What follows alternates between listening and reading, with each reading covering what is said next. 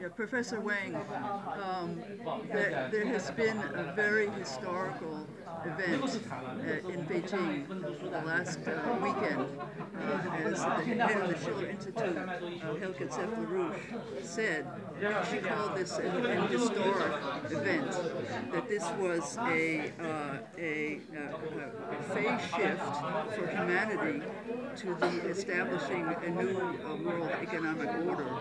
How do you see the significance of the Beijing conference? Well, maybe it's hard to say the new world order or economic order because this world economic order for many years. But it needs reform, definitely.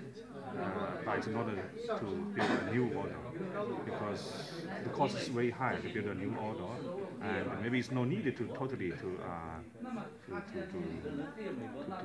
have a new order. We make the order more sustainable, more inclusive, more balanced, more benefit to the people. So that the Belt and Road Initiative is not to build a new order, I think. You told me before that you were at the press conference at Renmin University when the Chinese version of our New Silk Road Becomes the World Land Bridge report was issued, and which has been circulating. What do you see as the fundamental ideas of the One Belt, One Road, and why it is important that Europe and the United States now decide to join in instead of opposing this for geopolitical reasons? No, it's not about geopolitics, actually. It goes beyond that. Geopolitics make the world divide and separate and separate. We want to make it connected, mutually connected. So this is the spirit, the OBOR. The world suffered a lot because of too much separate organizations in so many countries. Before World War I, only 50 countries in the world. And then World War II, 60 or 70. And now it's more than 200 countries.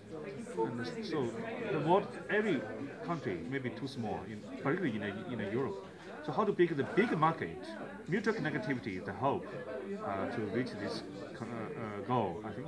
So that's basically, and not just within the continent, but even into the continent. So Belt and Road Initiative, I think the most ambitious mutual connectivity plan under the United Nations. And what do you see as the economic development principles? You spoke in your speech about the emphasis of China to lift millions, hundreds of millions of people out of poverty. How can that be done through the Belt and Road Initiative?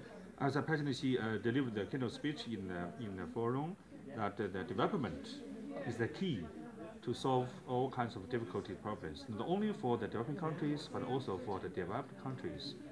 For instance, the populism now is rising in Europe because of the suffered of the global recession after the global financial crisis. So, to give more opportunities for the jobs, for the youth, to bridge the gaps between rich and the poor, and bridge the gaps also in the north and the south. So this is the, I think, the most important way to solve that. The European style, originally they focused on the distribution, the wealth, as foreign assistance to the African and other countries.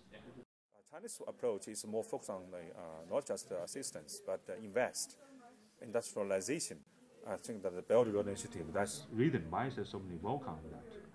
It's like the Chinese said, give you fish is not important. Teach you how to fish, that's most important. And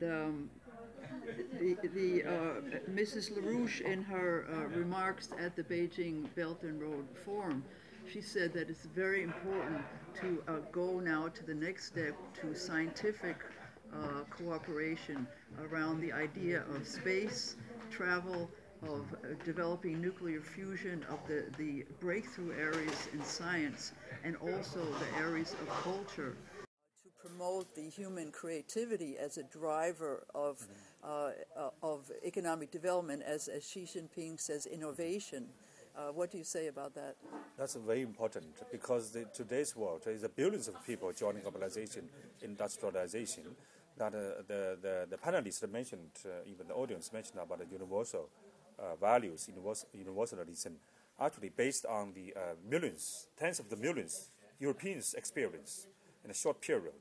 But the Silk Road is 2,000 years. The European dominated the world is only 500 years, even 200 years, only 300 years. In the millions, tens of the millions of people's experience. How can you work for the today's world, which is more than, as I say, 7 billion people, right? And in so many diverse and complex world. So we need a new thinking, new model, working model, cooperation model to match the dynamic, diverse, and the development reality.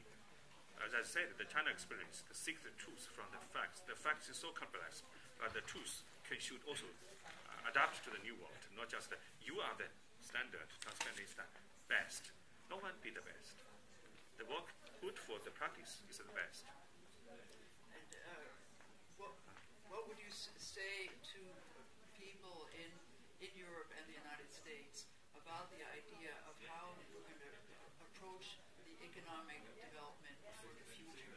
If you look in the next 10 years, the next 50 years, the next 100 years, what are the principles that can enable us to get this economic growth? Mutual connectivity. The developing countries, less developed countries, emerging markets, and developing countries. I think that we need this kind of thing. If we build more infrastructure in Africa, in the Belt and Road countries, it's also good for Europe and the Americans to invest. Actually, this is, we said, the mutual benefits for that. And China shares our experience of the high efficiency of building the infrastructure benefit the local people, particularly for the poor people, not to make richer, not to make bubble anymore, as I said. Yeah. That's very important. I thought that was very important. The ladies have something to say to me. Yes. Okay. Thank you very much. What?